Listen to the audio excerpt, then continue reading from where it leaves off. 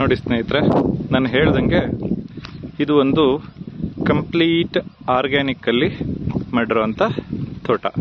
Actually ಇದನ್ನ ಯಾರು organically ಮಾಡಬೇಕು ಅಂತ ಇರ್ತಾರಲ್ಲ ಅಂಥವ್ರಿಗೆ ತುಂಬ ಇಷ್ಟ ಆಗುತ್ತೆ. ಮತ್ತು ವೆಲ್ ಡೆವಲಪ್ಡ್, ಕ್ಲೀನಾಗೆ ಡೆವಲಪ್ ಮಾಡಿದ್ದಾರೆ.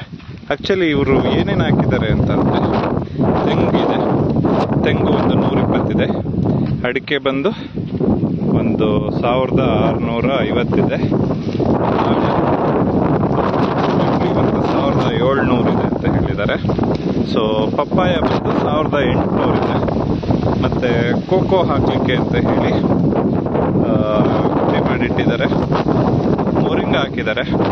ಸೊ ಇದು 5 ಲೇಯರ್ಸ್ ಫಾರ್ಮಿಂಗ್ ಅಂತ ಹೇಳಿ ಸುಭಾಷ್ ಪಾಳೇಕರ್ ಅವರ ಡಾಕ್ಟರ್ ಸುಭಾಷ್ ಪಾಳೇಕರ್ ಅವರ 5 ಪದರದ ಫಾರಮ್ನ ಆರ್ಗ್ಯಾನಿಕ್ ಫಾರ್ಮ್ ಮೆಥಡ್ನ ಅವರು ಯೂಸ್ ಮಾಡಿ ಮಾಡ್ತಾ ಇರೋದು.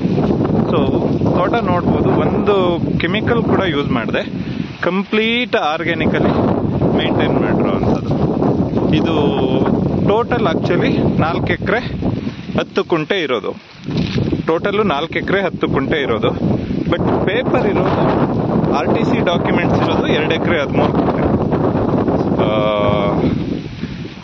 RTC ಡಾಕ್ಯುಮೆಂಟ್ ಇರೋದು 2 ಎಕರೆ 13 ಕುಂಟೆ. ಮತ್ತೆ 2 ಬೋರ್ವೆಲ್ ಇದೆ. 2 ಬೋರ್ವೆಲ್ ಇದೆ.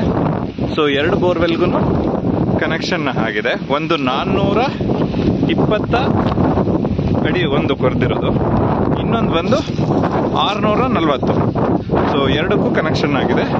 Own TC ಮಾಡಿಸ್ಕೊಂಡಿದ್ದಾರೆ. ನಿಮ್ಗಲ್ಲಿ ಕಾಣುತ್ತೆ.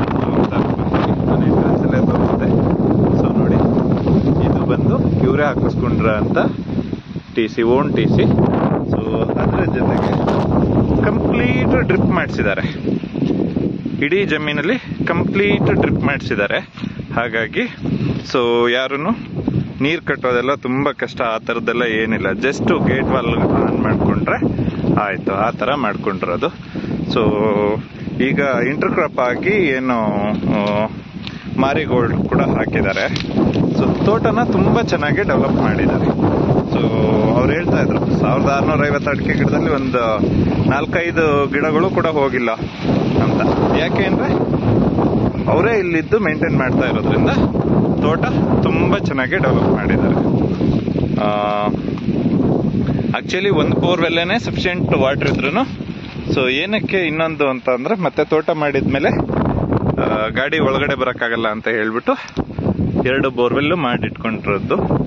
ತೋಟ ಮಾತ್ರ ನೀವು ನೋಡ್ತಾ ಇರ್ಬೋದು, ಒಂದೇ ಸಮನಾಗಿ ತುಂಬ ಚೆನ್ನಾಗಿ ಡೆವಲಪ್ ಮಾಡಿದ್ದಾರೆ.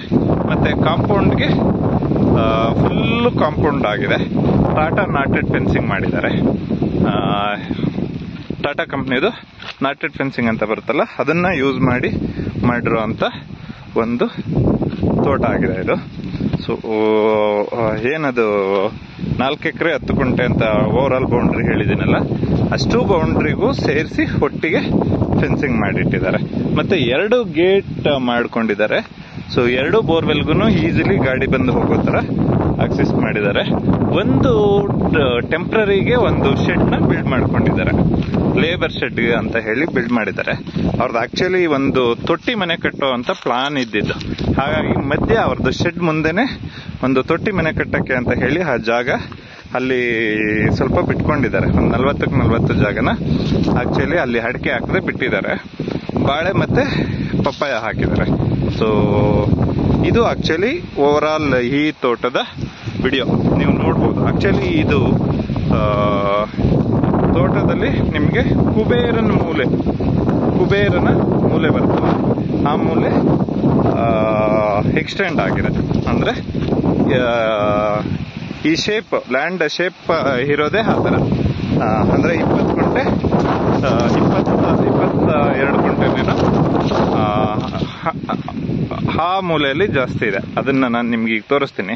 ಹಾಗೆ ಈ ಕಾರ್ನರ್ಲಿರೋ ಒಂದು ಬೋರ್ವೆಲ್ಲು, ಮತ್ತೆ ಅದನ್ನ ನಾನು ನಿಮಗೆ ಹಾಗೆ ತೋರಿಸ್ತೀನಿ.